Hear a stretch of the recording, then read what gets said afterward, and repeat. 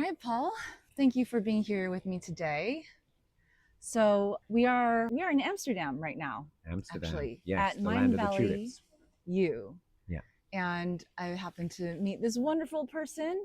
He has done so much in his life, and it's just a real privilege and honor to get your perspective because you've been wildly successful on the very conventional success side, but that's that's not true. what you're here to talk about. No, And absolutely. I actually want to start with some of your philosophy today, um, because you mentioned some things the other day that I thought were just very powerful and unconventional. And you see things from this huge perspective, and one that I think is counter to a lot of what even a lot of spiritual people are trying to do in this world today.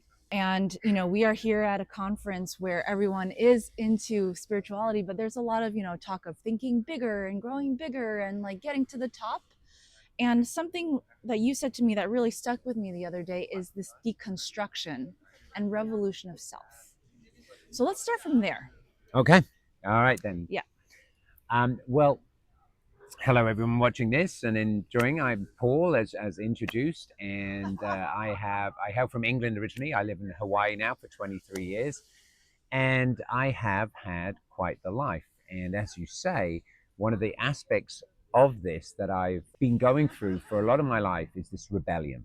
So early on in my life, I had some real strong challenges with family and my parents divorcing, and it created this sort of rebel in me. And at first, there was some unhealthy dynamics to that, but as I've gone through my life, that rebel has stayed with me, and it's somebody who. So I basically, I question. I'm one of those kids that questioned the priest or the teacher or my father, and quite often I came up with questions that would have them completely and utterly like confused and actually said to me, "Oh, you can't ask that question," or "Only God knows," or this kind of thing. And so it led me on this path, no matter what I was doing, was to the unconventional. So I would go outside the box, I would see things from that perspective, and then I would get inspired to do things a different way. I wasn't ready for where that was going to lead me, and it certainly has led me some very challenging places. But ultimately, this understanding of the deconstruction. So, self revolution came about. My book title, funny enough, you were talking about people like being bigger. My book is actually called The Big You. And the context, so initially people think maybe that is this idea of ingratiation, but it's actually this idea of when when you remove everything that you added to yourself, you actually recognize that you had everything that you had was worth more than anything you added to yourself. So, in other words, through this life of trying to be more, you've actually polluted your essence, and that essence is one with everything, and that is the big you. And so often, all of us are playing on a small scale this identity, this personality, and we're trying to make that bigger. We're trying to ingratiate that. We're trying to improve on that because it in itself, it's a small construct that we've created because we're holding ourselves back. And so the self revolution aspect of this is that you revolt against yourself. And one of the things when people ask me, what do I do? I say, I travel the world and incite revolution. And then they'll normally say, oh, hang on, what's that? That's like a small, you work for the American government, like Mm. small countries, you like supply them arms. I'm like, no, no, no, it's self revolution. And then people are like, okay, what's that mean? And I say, when you look in the mirror and you find yourself revolting. And so in that context, there's two levels. So normally people at that point have a weird look on their face and they think I just insulted them.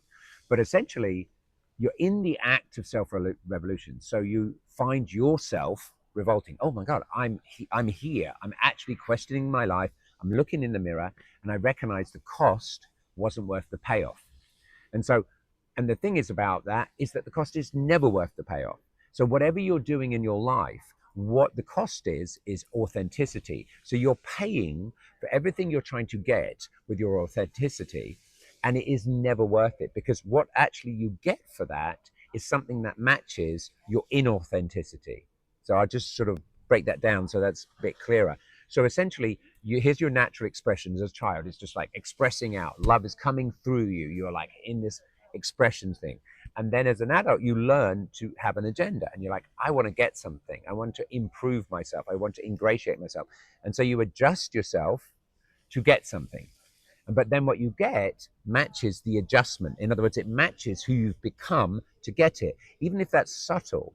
And so what happens is then when you get the thing, now to retain it, you have to retain the person you've become to get it. So in a job or in a relationship, these kind of things, or even in your own mind, when you say, this is who I am, and this is my mindset, and so you become attached to that because you've actually kind of like moved away, you've let go of the trust of your own authentic guidance, and you've moved into this thing of trying to ingratiate yourself from the world's perspective. And so at a certain point, you recognize this, and then you go, I can't do this anymore. And no matter how, like, you might be successful and handsome or pretty or healthy and all these things, but if it's cost you in the sense that you recognize you betrayed yourself, which is the act of self-betrayal, is basically each moment. It sounds like big, right? But really, we do it every little moment. Like, it's like we say yes when we mean no, or we say no when we mean yes. And it's very simple. Like, so many of us are very, very, very difficult to say no, thank you. And so we say yes. We try to people please. And so we say yes and yes and yes. And then we build up this resentment. And then eventually, that's what anger or irritation is when we finally go, enough.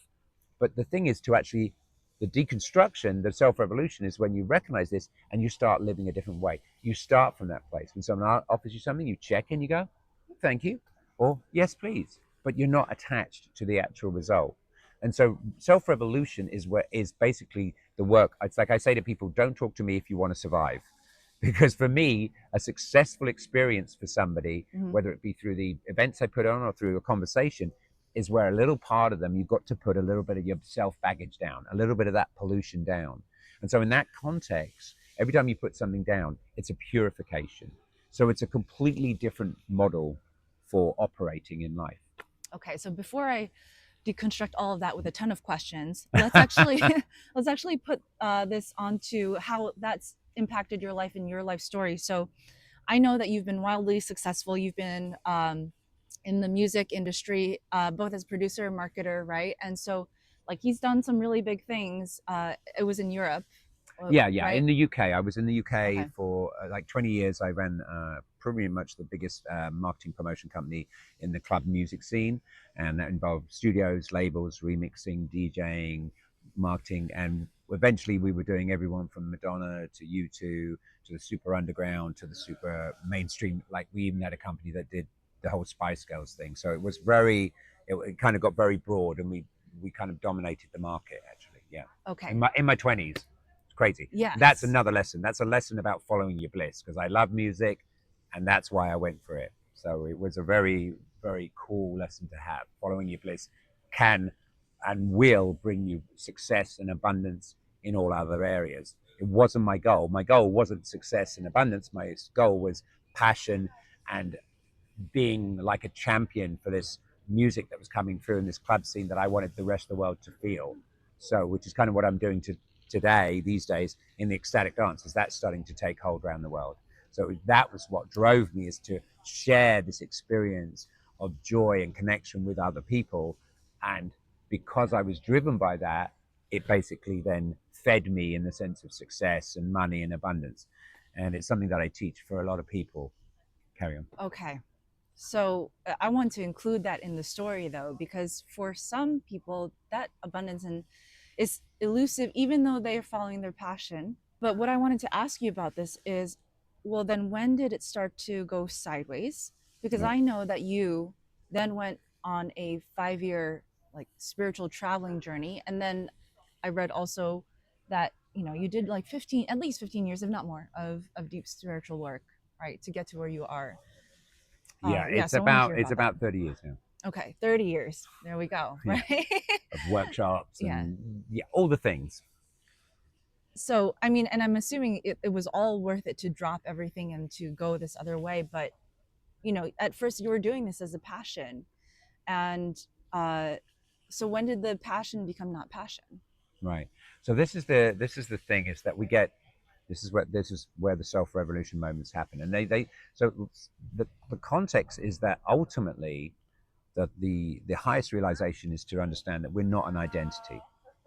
And so the part of us that thinks it's somebody having an experience is actually the somebody that's creating the problems for us. And then they reflect in our interactions with others. What we are actually is we're continually changing. In the Tao, they talk about you can't step in the same river twice because every time you go back, the river's flowing. And so it's new water. Yeah. But what they don't talk about is that the you stepping in the river is a different person than the day before. We are affected, changed all the time, but we're not only affected in that way, literally, physiologically, our cells are dying and new ones are being born. So this whole concept of us being a continuity is actually a false concept that creates the suffering of retaining our identity. And so what happened is, in following my bliss and passion about the music, I started to get to this point where I was so quote unquote important in that industry and had to deliver results that became sort of that overpowered.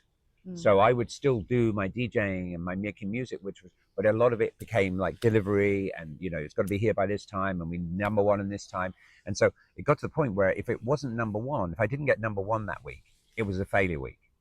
So when you've arrived at the point where you have to hit the bullseye every time, then it's like wake up call. So I had a wake up call, and I really saw the sort of the transitory nature and the bubblegum nature of where I ended up, and how mainstream the whole thing had become. And it was less about the like the effect it had on people in the movement, and it was more about this sort of the money game of it. And I just saw that I basically felt that I almost like I betrayed myself, but I'd also kind of betrayed the music that I'd love. I mean, when you look above, and that's probably a larger judgment than actually really happened. But I felt a little lost. I felt a little like I'd lost my way.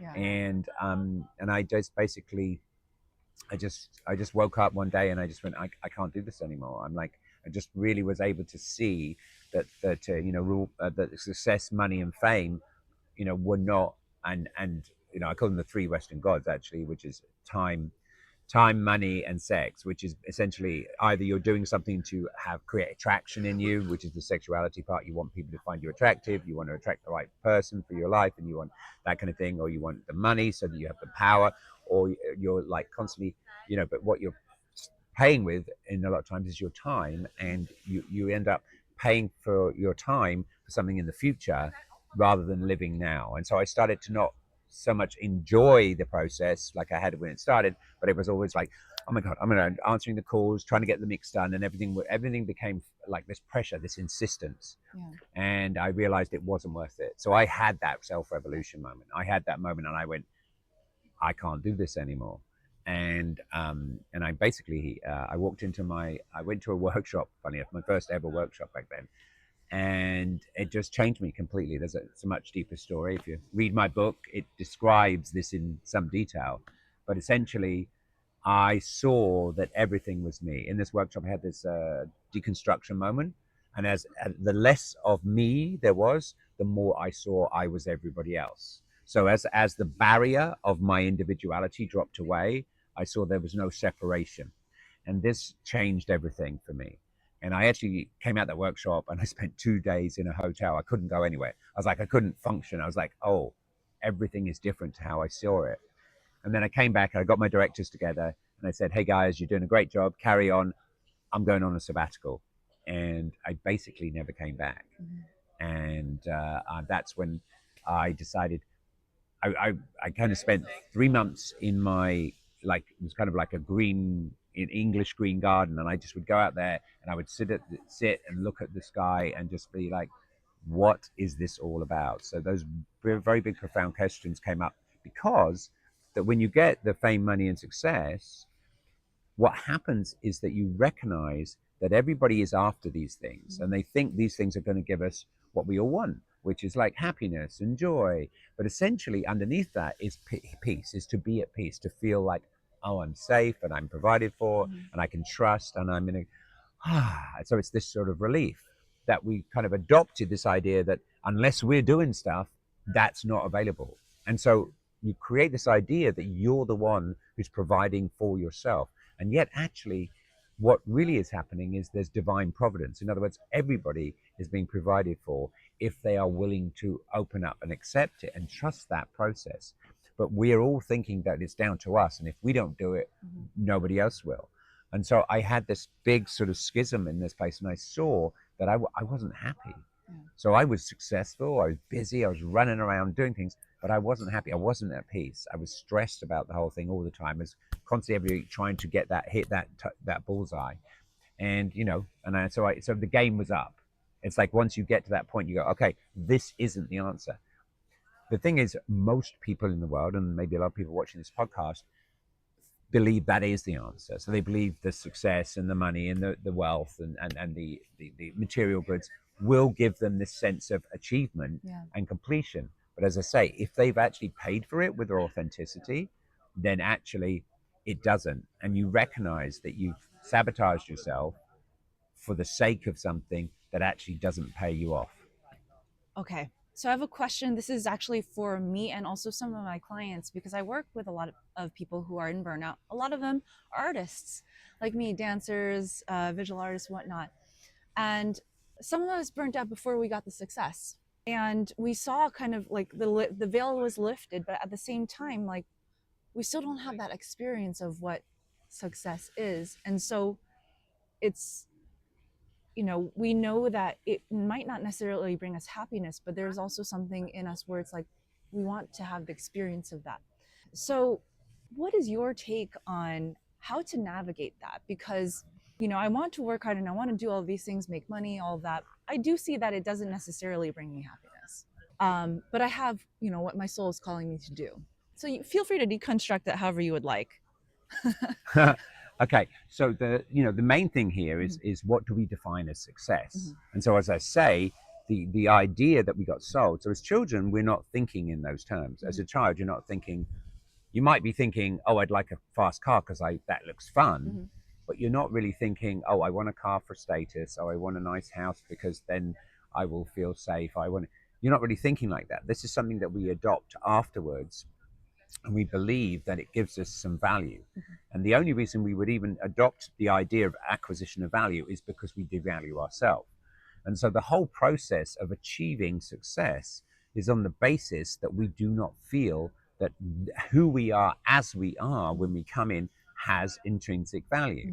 We believe that value is acquired through tasks, achievements, and then the accolades of others seeing those tasks and achievements and saying, yes, you did good. And then you're going, oh, I did good. Oh, I've got followers, I've got money, I've sold this many records or whatever it is, right? I've got this many listeners to your podcast, whatever it is. And so then there's this idea that gives you more value. And the only reason you would be seeking value is because, is because you had decided that you inherently didn't have it in the first place, you see? Yeah. So the whole context of agenda is basically there's only one intention behind agenda, is approval. In other words, approval is how we acquire value. And even if that approval is self-approval, and in other words, even if it's like somebody comes up and says something to you, but you look and you go, oh, I've got 100 more followers, and you give yourself this little endorphin hit in your brain of, oh, I must be worth a little bit more.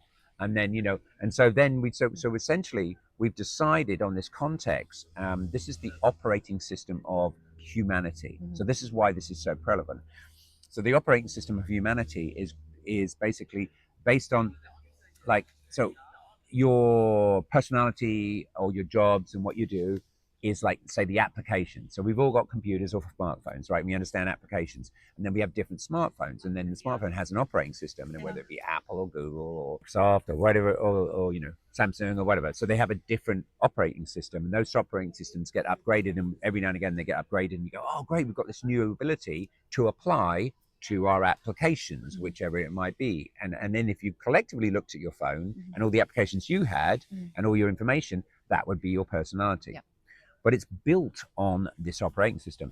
And so this operating system, the first movement from, so if we're all one and everything is one thing, and this is like from a religious perspective or an ancient knowledge perspective or from a scientific quantum perspective, ultimately, even if you look at the whole magnetic spectrum, it's the same thing. It's wavelength and frequency. and different relationships between that give you light and sound and music and gamma rays and all these things. These are all the same thing at a different rate and frequency, like a wavelength and frequency. So it's like that's basically when you break it down. So we know that potentially ultimately everything is one thing. Yeah. And so the separation thing from a human perspective in building our operating system was like, okay, good and bad, right and wrong, right? Or good and evil, if you want to be more like strong about it. And so the idea is that we decided, okay, what's good? Good is gain. So if we get something, it's a good thing. And if we lose something, we decided it was a bad thing. So if you really look at every human being that's ever existed and all the different civilizations, that was what it was based on. It was based on that because the first levels of like Maslow's hierarchy is the reptilian brain is survival.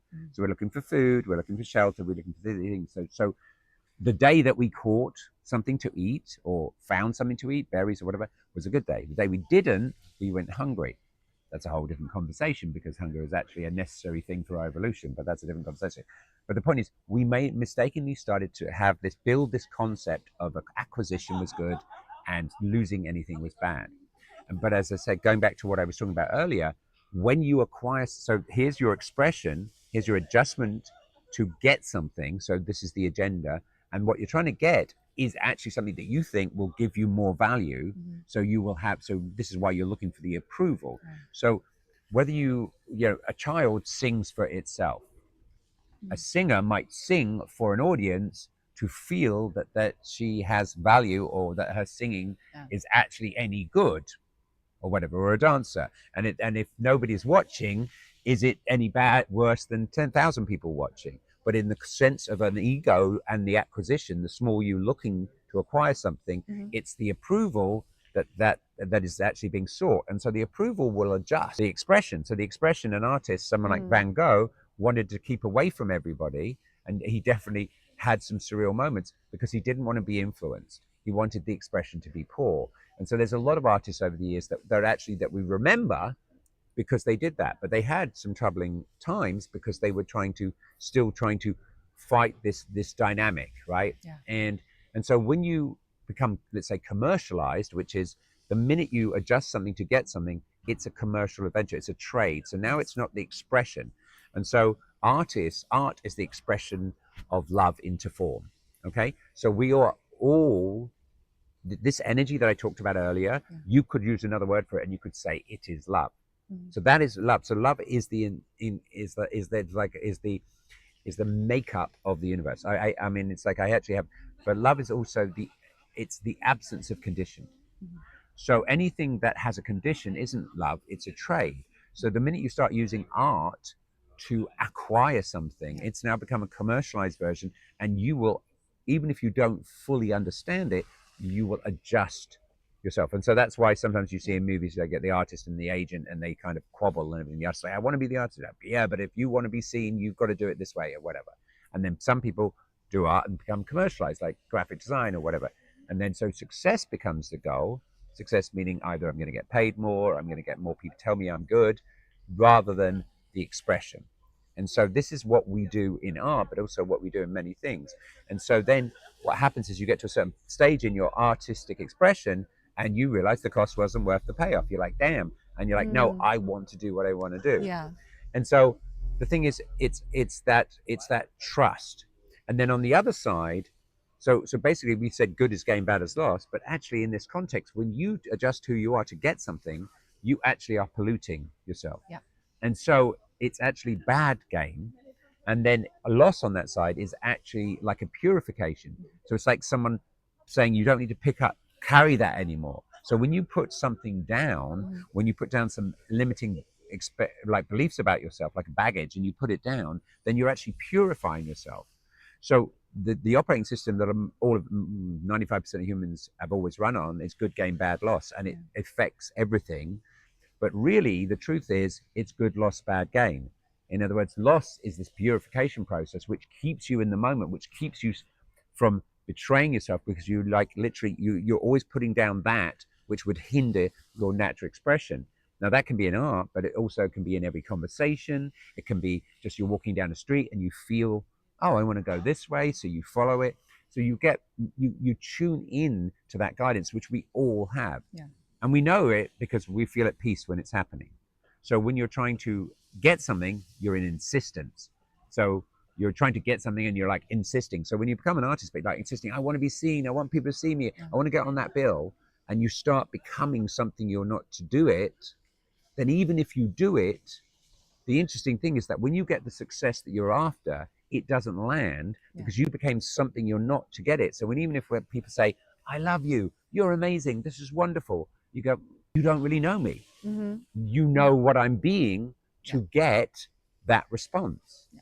And so the more you get there, so initially you go, oh, this is amazing. Yeah. But after a while, like see some artists who are doing really good for a while, they're like, I've got to change this. I got to shift. Not that I follow Taylor Swift at all, but I remember during COVID, she went back to her country roots and did 2 folk albums that she just wrote herself. And she went from this big production studios and all the rest of it. And those 2 albums ended up being super, super successful. And when she talks about it, she said, I just really needed to strip away everything and get back to why I'd got into this. So this little girl that had been writing songs as a 10-year-old, and so she went back to that, and people were like, oh, I can really. So it's like believing that your true expression has more value than anything you could try to be. So that's the thing. And it's like my line, I think I said at the start, which I normally say at the end, but the point is that everything you added to yourself is less than what you came in with. So it's by putting things down, by stripping away, you're kind of purifying the channel so that what can come through can come through. And so that is ultimately where you're going to find the fulfillment that you think you're going to get from the accolade of money or success or followers or these kind of things. Yes. And the crazy thing is that when you really do that from that place, it's like it's intrinsically motivating. Yeah. In other words, if you're not doing something that is fulfilling you in the moment, you're doing quote unquote the wrong thing. You're either in insistence, you're trying to make it happen, or you're in resistance, trying not to lose what you've acquired from making it happen. Both things keep you inauthentic, and that's why they don't fulfill you. Yeah. So it's like, and you can either but you can play that game for as long as you want until you kind of arrive at it, sort of thing. Yeah. Or you can start to come from this place of intrinsic motivation and just, this feels right. I'm going to do this because I feel great in it. It provides its own thing, and you get the fulfillment in the action. Yeah.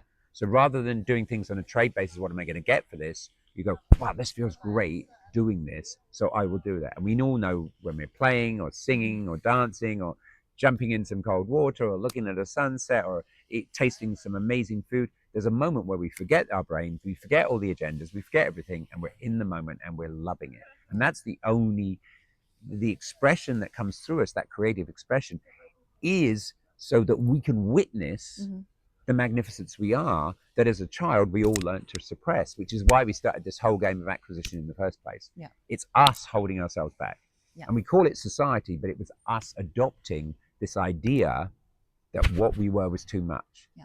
But we turned it into, instead of saying, so we turned it inside that, like kids, right? You're too much, be quiet, go to this. So we adopt that and we start to suppress ourselves. So this is why we're exhausted, holding ourselves back.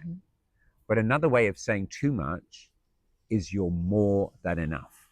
So this whole thing today, when people are saying you're enough, I call that's bullshit. Sorry to swear, but that's basically, it's not true. You're not enough, because if I was a child and at school, I don't know if you remember, when I was going to school, sweets were actually given to children a lot. That's why I've got a lot of fillings. But basically, sweets were given to children as a reward, right? So we got trained, this endorphin hit, eating the sugar, reward. So we get trained for this, and we want to keep doing this.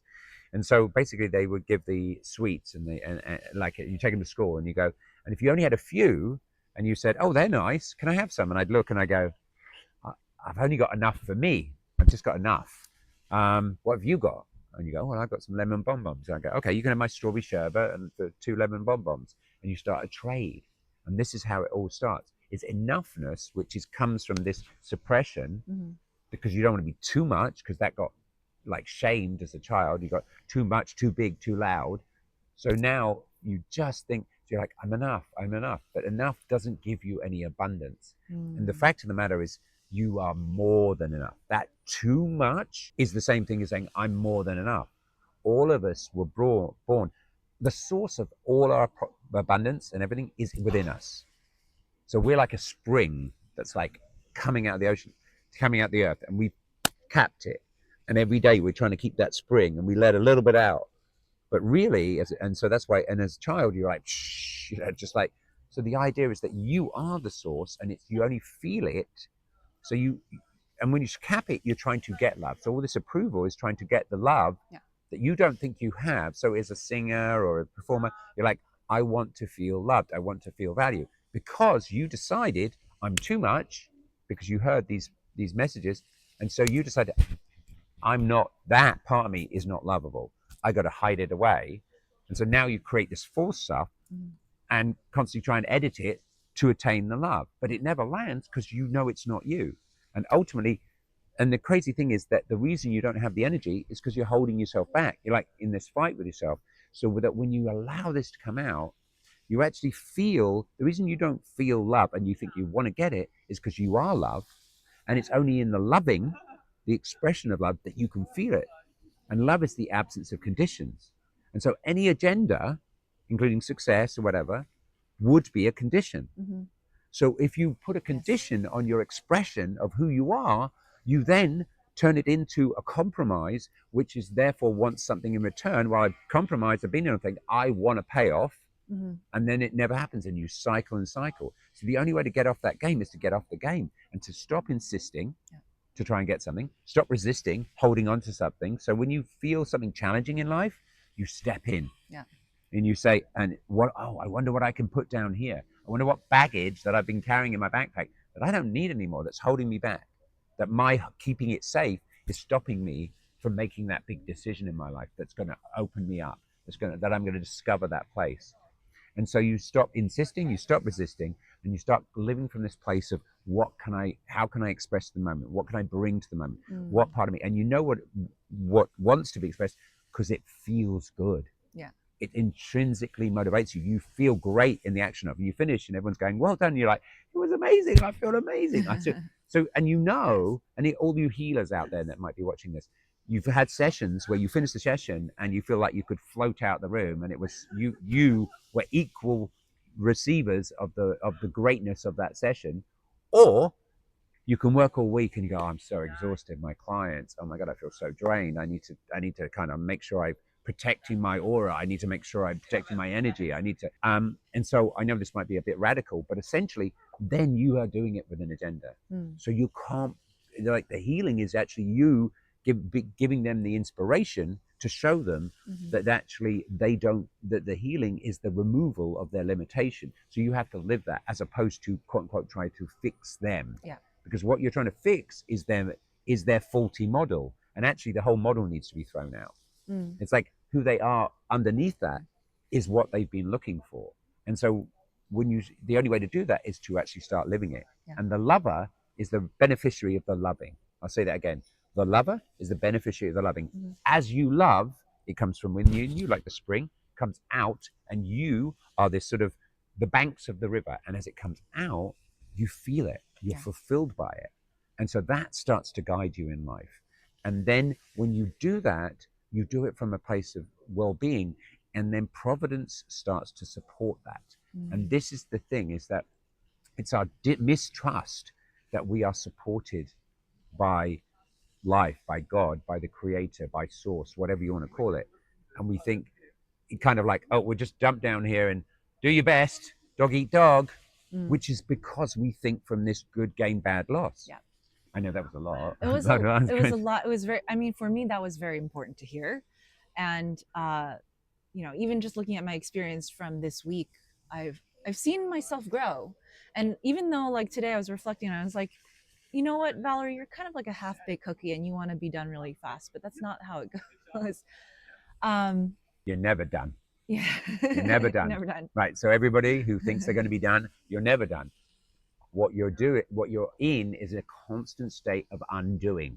And so when you start to enjoy that and be curious about that and understand that it's like, if I was to put a ton of baggage on you and I say, you go away for 10 years and you can't put them down ever. and somebody followed you and had a little camera or a spy in the sky, and every time you put it down, it went beep, and you got a little shock, and you like picked it back up. So you could never put it down. So eventually, you got used to carrying all this weight, and then you hit to this point in your life, your self-revolution point, and it's like it's time to start putting it down. Yeah. And so instead of acquisition, you start putting things down, and each thing you put down, you go.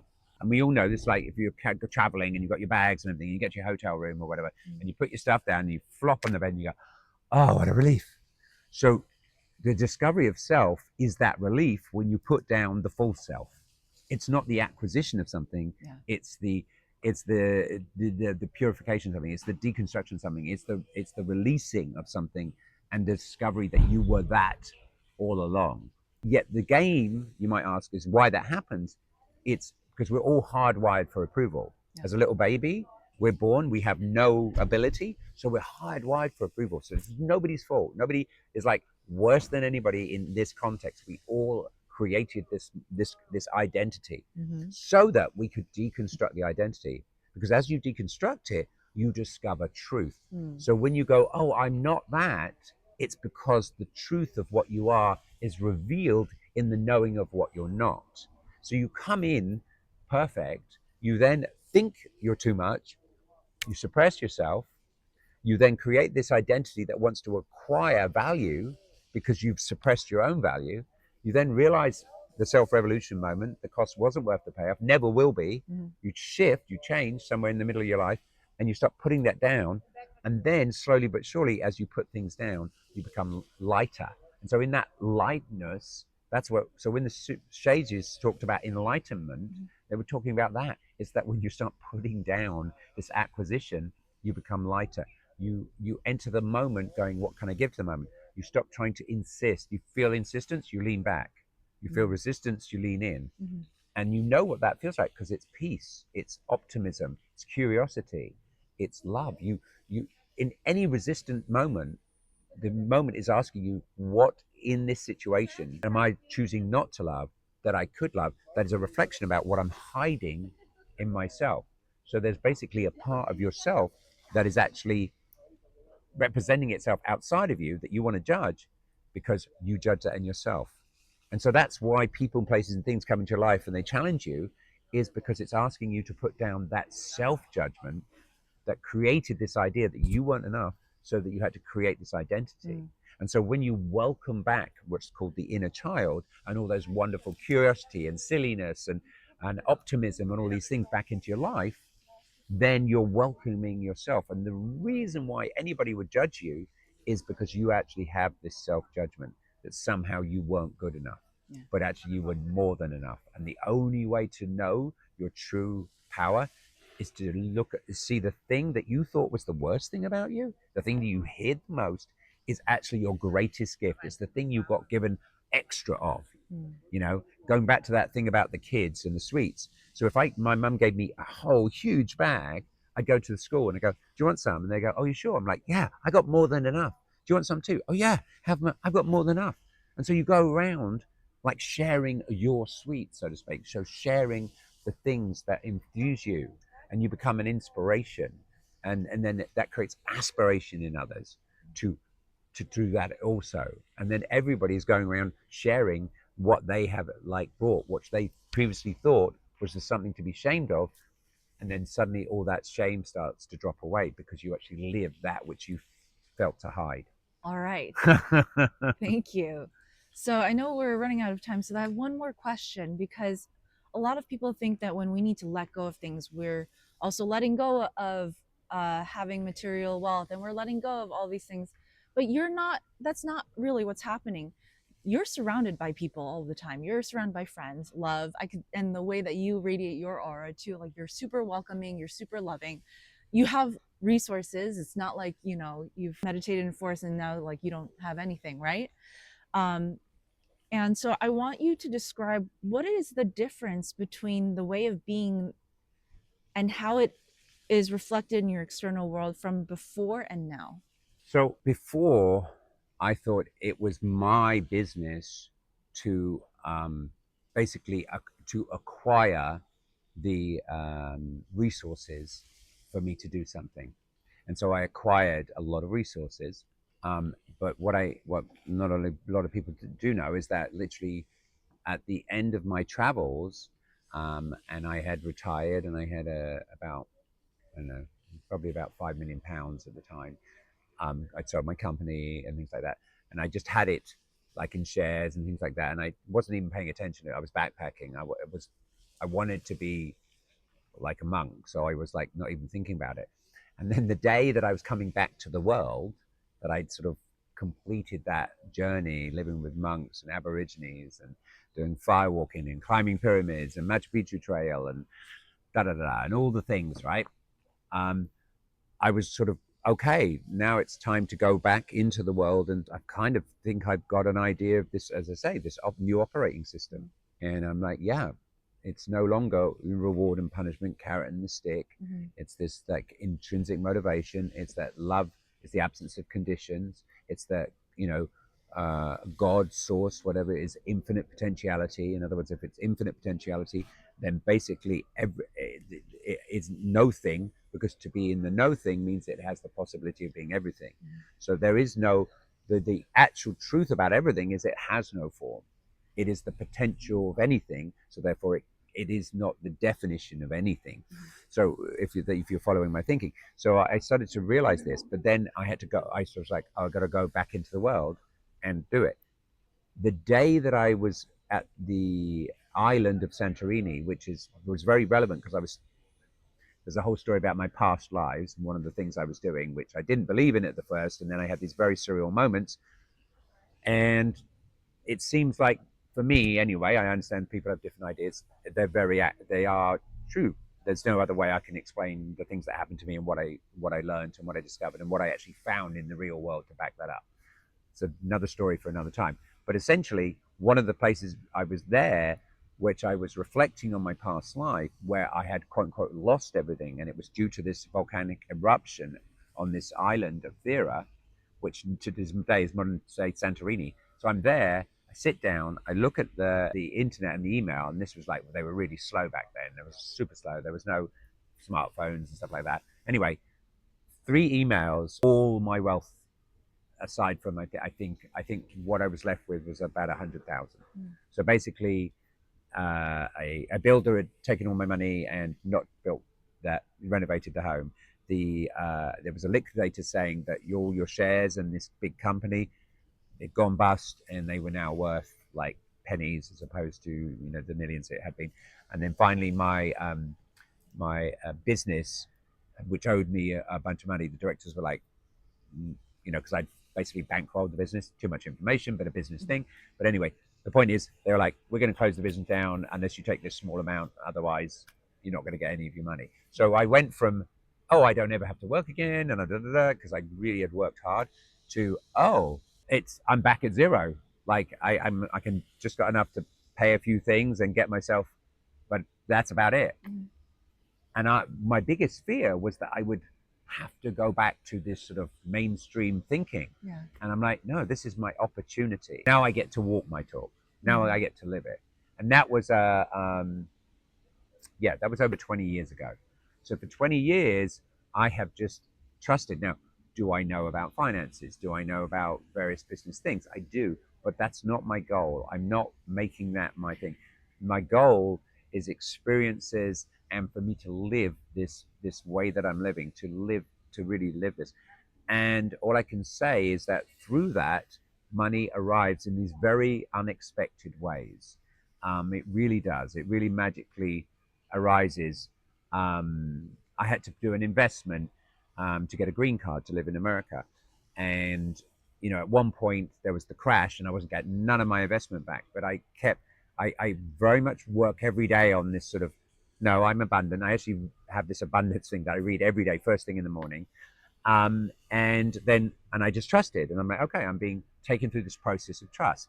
Okay. And I trusted for a year, and I kept sort of just being patient but showing up. It's like, this context is that, you're not attached, like something has to happen the way you want it to happen. And you get stressed out if it doesn't, and you like get fearful, but you're not detached, like, oh, I'm spiritual and no, I'm all in the flow and da da da. It's non-attachment. So non-attachment means I'm not attached to the result, but I have a feeling of how I want to feel. Yeah. So that's great. You can have the, I want to feel peaceful. I want to feel positive.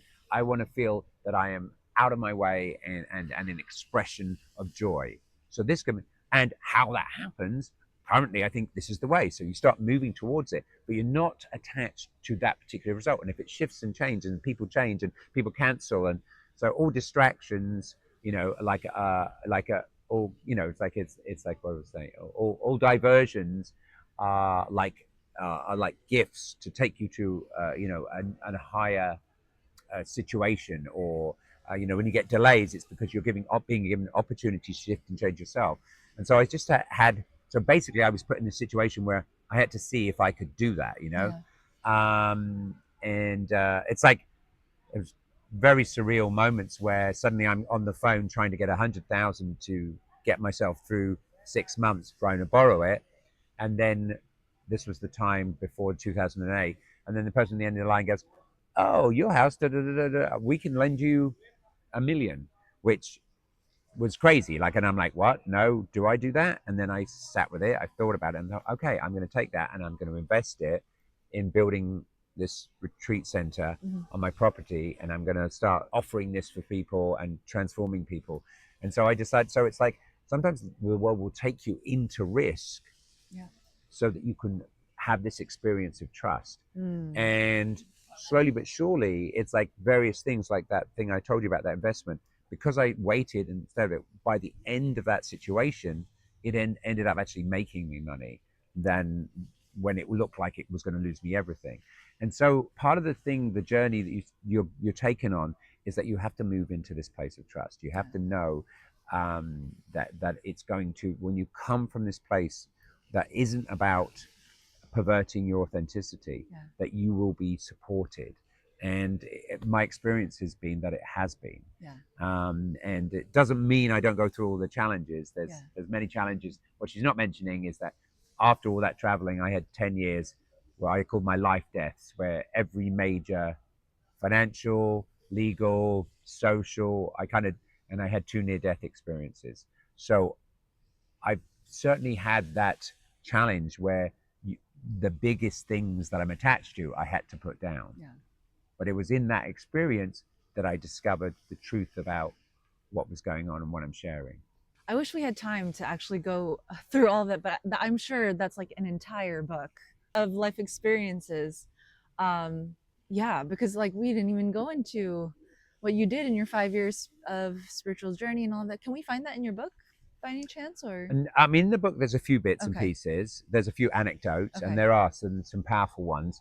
But it's, again, it was like 76 countries and all the rest of it. So it's like yeah, that is coming at another time, okay, like a more like a biography. yeah, Um, the first book, The Big You. The second book will be The Wow of You, which is how to live this. yeah, How do you live this when you actually get it? And the third book's going to be The Now of You. yeah, And that's the context of where you actually move to this place of recognizing that things are happening through you, not to you. But the ultimate thing is that I can leave you with, in this sense, is that what I learned, in that space. So in this space of my body being here, and then I'm witnessing it, and I'm like this identity witnessing it. But then there was another step back where I'm a presence. I'm not the identity, and I'm looking at the identity, and that's manifesting into the body, and I'm recognizing that actually the problem is the identity. And so I go back to the start. We're not an identity. We're not an I. And this defense of the I, this trying to survive every moment, is what stops us from thriving.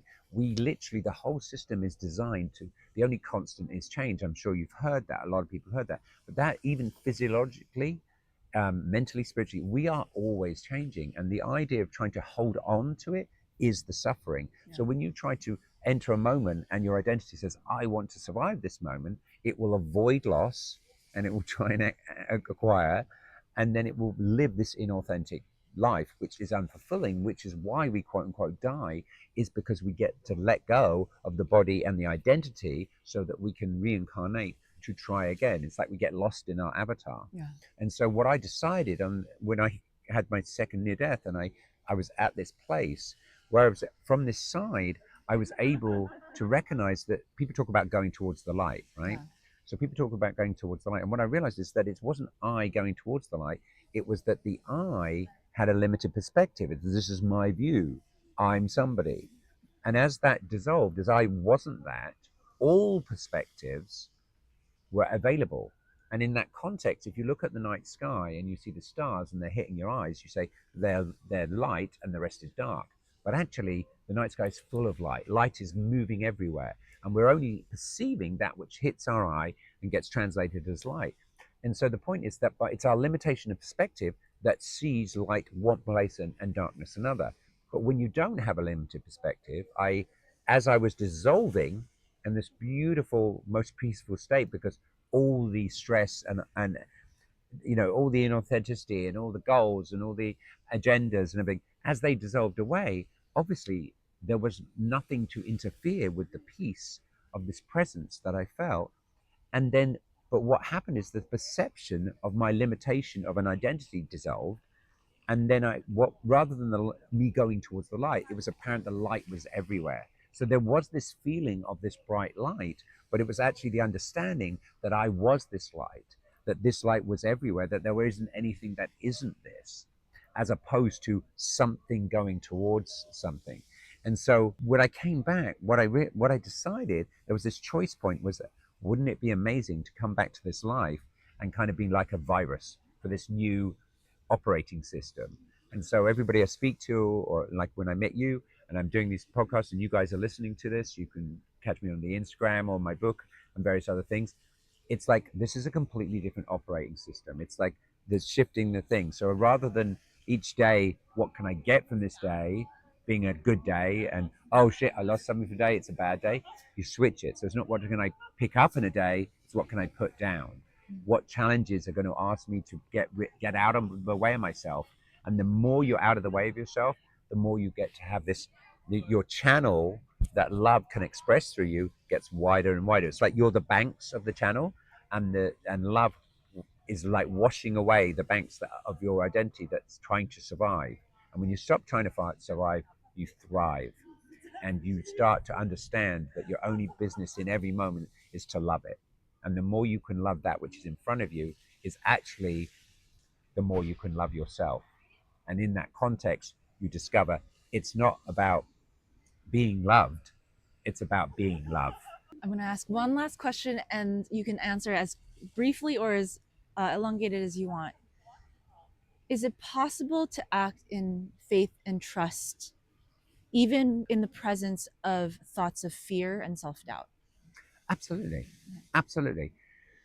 So the psychology of this is much deeper, but we've created what I call the seven dwarves. So you've got grumpy, sleepy, happy, Doc. My Doc is very strong. So Doc's your one who says, oh, this is reality and you should do this and you shouldn't do this and you should do that. And then Grumpy's the one who's like, oh, I'm so pissed off. Why is Grumpy pissed off? Because you constantly don't.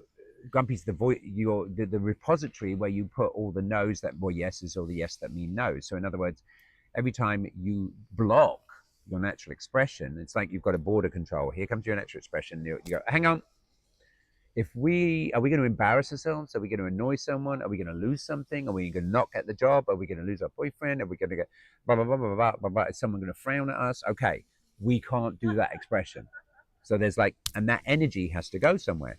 Or it says, okay, but if we adjust this expression, you'll get a benefit. So we constantly have this thing. And so when you meet people in the morning and they're like, I haven't quite woken up, it's like the computer whirring. It's like you're booting up your operating system. You're booting up your applications with your identity. It's not a real thing. You're reinstalling it every day. You can choose to actually start developing awareness. So there's the steps are absolute awareness, radical honesty, total responsibility, elegant equanimity, passionate love, and inspired service. So this is how you can, like, if you want to, like a game plan for your life, literally your whole life, is like start moving through that. So the absolute awareness is when you start watching yourself, you start journaling, you take a walk, you meditate, you do things, you find friends that you can actually honestly and vulnerably reflect to, and they'll hold space, and vice versa. You can exchange that way, but it's not about them fixing you or you fixing them. But you start to really be aware of who you are, because most people have this idea of who they are. And when they actually start looking at it, when you start witnessing yourself, developing the witness, the presence that's looking at the identity, you see that it's like it's a it's a bag of contradictions.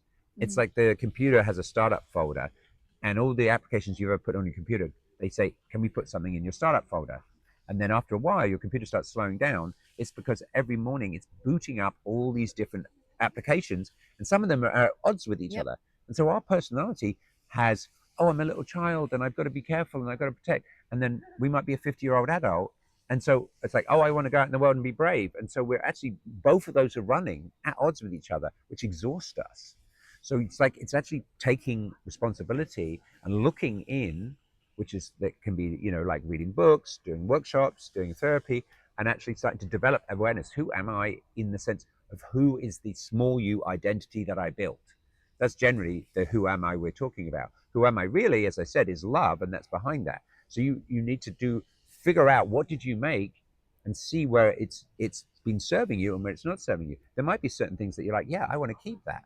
But other things you're like, no, I don't. So you develop this awareness, and then you get radically honest, which is like, oh, yeah, I can see the fact that I blamed other people for this, but ultimately I can trace it back to my ownership of that. So you get radically, and that leads you to absolute responsibility, which is like, which is the biggest challenge. Most people Yeah. are still stuck in the to me, that life is happening to them from other people. And this is the mindset, and this is why we're set up this way. And so obviously it's very difficult to do that. But one of the reasons where it's difficult is because we don't want to own what we see as the negative, the loss. If I said to you, it's all you doing it, and I talked about all the things you gained, you'd go, oh, absolutely, that's me. Absolutely, I can, no problem with that. Mhm. You say, oh, but all the losses you too. Oh no, that wasn't me, that was everybody else. Yeah. So it's because we have this my operating system that is not correct. Good loss, bad gain. We want to like own the gain and disown the loss, and this is what keeps us stuck in it. So to get to absolute responsibility, after you awareness, you start looking, and then radical honesty, which is like, you start, oh shit, this is me. Mhm. I can see the pattern. After 3 or 4 relationships, I can see I'm being triggered in the same way by different people, and they did different things, Yeah. but I still got triggered. So you start to recognize that, and then you go, okay, it's my responsibility. You might not understand it, but so it's also developing a part of your mind that you go, is the witness. I don't fully understand this. I don't get it right now, why this is happening, or why this person did this, or why this got cancelled, or why I lost money, or etc. When I had what I said earlier, you can imagine I'm sitting there in this computer. By the end of 10 minutes, I've got nothing from thinking I had everything. And the thing about it, the gift of it, was that I didn't do anything to do that. Right. So there wasn't a mistake I made. So part of my understanding has come because most of the things that happened to me were quote unquote unjust. And so this is so that I have a very strong reasoning. There's all sorts of, let's say, terrible things that happened to me. The federal case was like a year and a half, and they were going to put me in jail, and I hadn't done what was, I had to kind of, let's say, fight it. But in the end, I stopped fighting it, and I just surrendered to it, and then that's when it shifted. But the point is that it's the unjustness of it that we fight against, because we see it as somebody else. But when you recognize that actually this is happening for you, not to you, Mm. you shift the whole paradigm, even if you don't understand. So there's many times where these big things happen to me, and I'm like, I don't understand this. I don't understand why, but I know from my higher self that this is happening for me. Yeah. So let me just be patient and watch this process. And then you move, and how to do that. And so you need to develop equanimity. And that's why the Buddha taught something called Vipassana. And Yep. Vipassana is 10 days of silent meditation, 10 hours a day, which sounds really difficult. But the reason about it is it's difficult is because you sit with yourself. Mhm. That's actually, isn't it so crazy? And people are like, I couldn't do that, I couldn't do that. Because you have to face yourself. And that's the point. So you have awareness, and then you have to develop the equanimity, because you're sitting there, you have bodily sensations, you like get achy, and eventually by the 6th day you stop moving. The first few days you're fidgeting and da da da, and eventually you just stop moving, and you become a witness to you, and you become equanimous. In other words, which is that you don't have a reaction, good or bad. There's a very famous little quote that people change and all the rest of it that people have probably heard, but there's a the one I heard is farmer in China, and he has horses, and then the horses run away, and the neighbor comes That over one. Yeah. and says, "Oh, you lost the horses. Damn, that's terrible." And he goes, "Could be good, could be bad. We'll see." And then the horses come back the next day, and they bring some wild horses, and then and the neighbor comes over. "Oh my God, that's amazing! You just got 3 horses, and that'd be great for your farm." It's like, could be good, could be bad. We'll see. And then the son is training the horses, gets thrown off, and breaks his leg. And the neighbor's like, "Oh my God, how are you going to work the farm? Your son does all this work. This is terrible." He's like, "Oh, could be good, could be bad." And then the next day, the emperor comes and is conscripting all the young men, takes the neighbor's kid away, and the neighbor comes and goes, "Oh my God, I've lost my son. He's gone to war. I may never see him again." And the son, obviously broken leg, got left. Could be good, could be bad. And so the context about that is that we really don't know the whole picture. Yeah. And we have to develop this trust. It is all happening for us. And the reason it's so difficult is because we've decided good is gain, bad is loss. But when you recognize that it's actually good loss, purification, and bad gain, pollution, then suddenly the whole game changes. So and then you're able to be equanimous about, oh, this person left my life. Oh, I lost this job changed. It's like when I work with people and they come and go, "I've just lost my job." I go, how long were you sad at that job? And they'll be like, "What?" I'm like, "But no, and it wasn't my fault. And, da, da, da. And I worked hard." "Yeah, but how long have you not wanted to be there?" And, like, oh. And eventually they'll have 2 years. I'm like, okay, so you took a long time to manifest that until you really feel like you had no choice, like they did it to you. Same in relationships. So often we wait and we wait and we don't want to leave the relationship. We've committed. I did this. I'm committed. I'm going to be honorable. I'm going to show up. And then eventually the other person that you think's almost amazing does something, whether they have an affair or whatever like that. And you're like, what? But then you get to leave like guilt free. So it's almost like you're acquiring reasons until eventually you say, or a lot of women these days leave relationships. They feel more empowered to do that than they did 20, 30 years ago, but they'll stay in it and then they'll acquire things, annoyances and irritations, and eventually go, I did the very best, I gave it the best of I could, and I'm done, rather than in the moment going, what, this was working for me and it's not working for me. Now, I'm not talking about the challenge to the ego. Yeah. I'm talking about really understanding when you've created something or got into a relationship as the false self, which most of us do. We get in and we're in lack, we're being inauthentic, and we want to find somebody else that can like make us feel safe, that can make us feel seen, but we're still trying so hard to be approved of that we're not being ourselves, so we don't feel seen and we don't feel safe, and then we're looking for that, and then the minute something happens, then we get like, that's it, I'm not going to put up with this. But really, the ultimate problem is that we are not going to find in somebody else what we're not willing to give to ourselves. And if we're not willing to be authentic and really value who we are, no matter what it seems like, we're not going to find anybody that's going to do that either.